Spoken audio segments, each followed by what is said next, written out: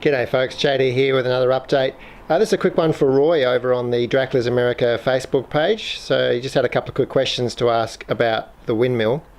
So we'll just change up the focus here and we'll have a look. Switching over to manual focus because I'm going to be moving this around quite a lot.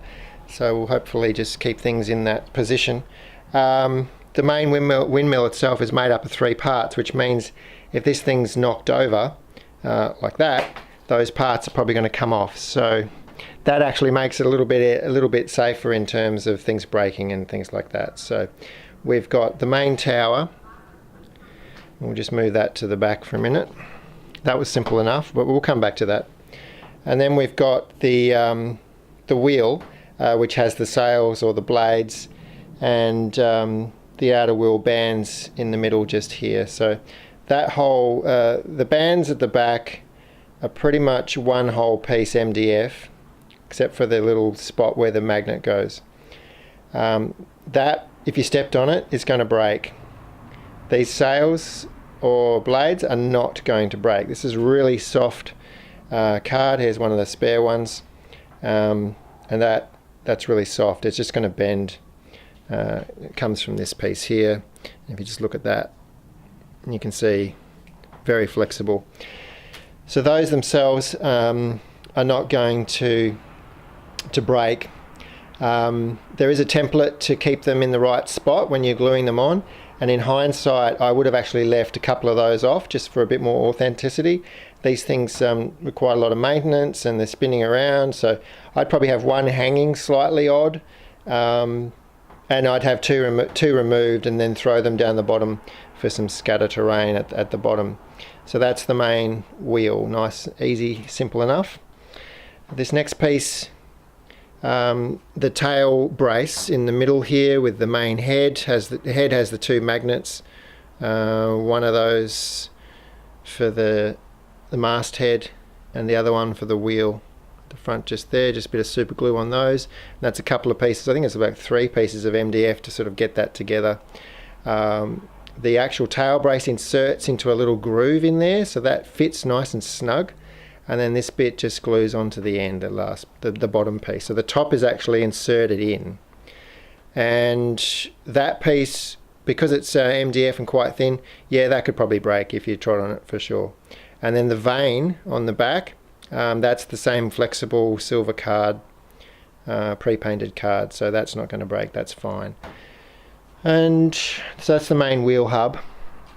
And then if we bring the tower back in, I think our focus is good. There we go. So 4 pieces to this, pretty simple.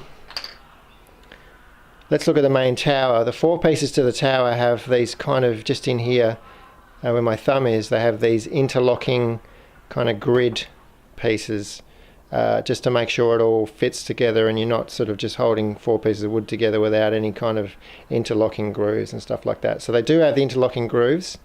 And then what I did was use the main platform to kind of give that a bit of a square, because that has a square cut out, and without gluing the main platform on, the glue was on the main tower pieces. Just push that down, and that gave me the square that I needed for the whole tower itself. But again, for authenticity, I wouldn't be getting too perfect for these kind of old western ruined sort of abandoned towns and things like that.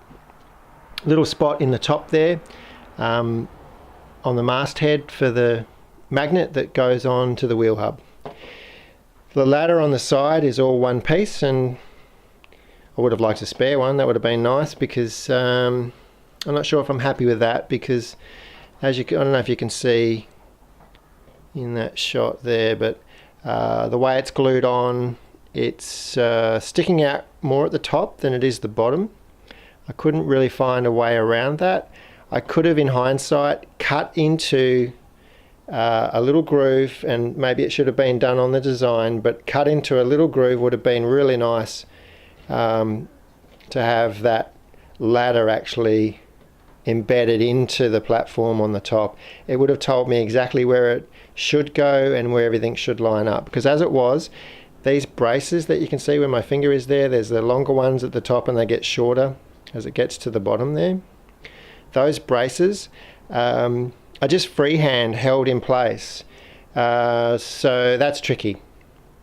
Tweezers waiting for the glue to kind of grab probably might have been easy with a quicker setting glue. I use wood glue, but yeah, they were the trickiest part. And there are, if you look at on the other side under the platform, there's some braces all around the main platform underneath, and they're easy enough. They were fine. They've got actually a slant cut on them, so you sort of know where they go, and there's plenty of room for those. So that was fine.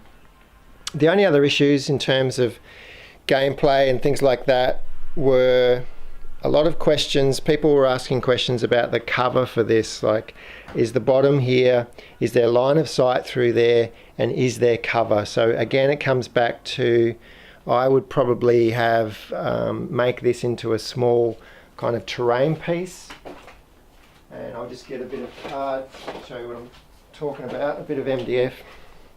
Okay, so what I would actually do is kind of make that into a piece like that. That would allow you to kind of do a bit of set dressing around the bottom, and put those veins in that I mentioned before around the bottom, and just sort of dress that up a little bit. That would stop it from being so top heavy and from falling over all the time, because at the moment one little knock and the whole thing goes over. The bottom, it's very light, and the bottom's just so light, most of the weight's at the top. So that's the only problem I have with it. The only thing that I would want fixed up is a little bit more weight at the bottom. And once you've got a piece like that in place, then you could easily start dressing that up. And I actually do that in the game. I grab these balcony sort of, the rooftops of verandas and stuff like that, which I don't actually use very much during the game. And I actually use those and dress it up around it just to give it a little bit of weight and a little bit of cover. Sometimes I'll just shove it in there like that. So yeah, so that's pretty much it. 3 pieces, nice little build, a great addition to the table. Looks really good next to the water tower. You get the two, I've got a bit of blue tack on that. So yeah, if you get the two together, I think they look really great together. That is the water tower. I'll go through that in another video, but yeah, 2 good pieces for any Wild West or kind of farmy board. Here we go. So if you've liked the video, like and subscribe.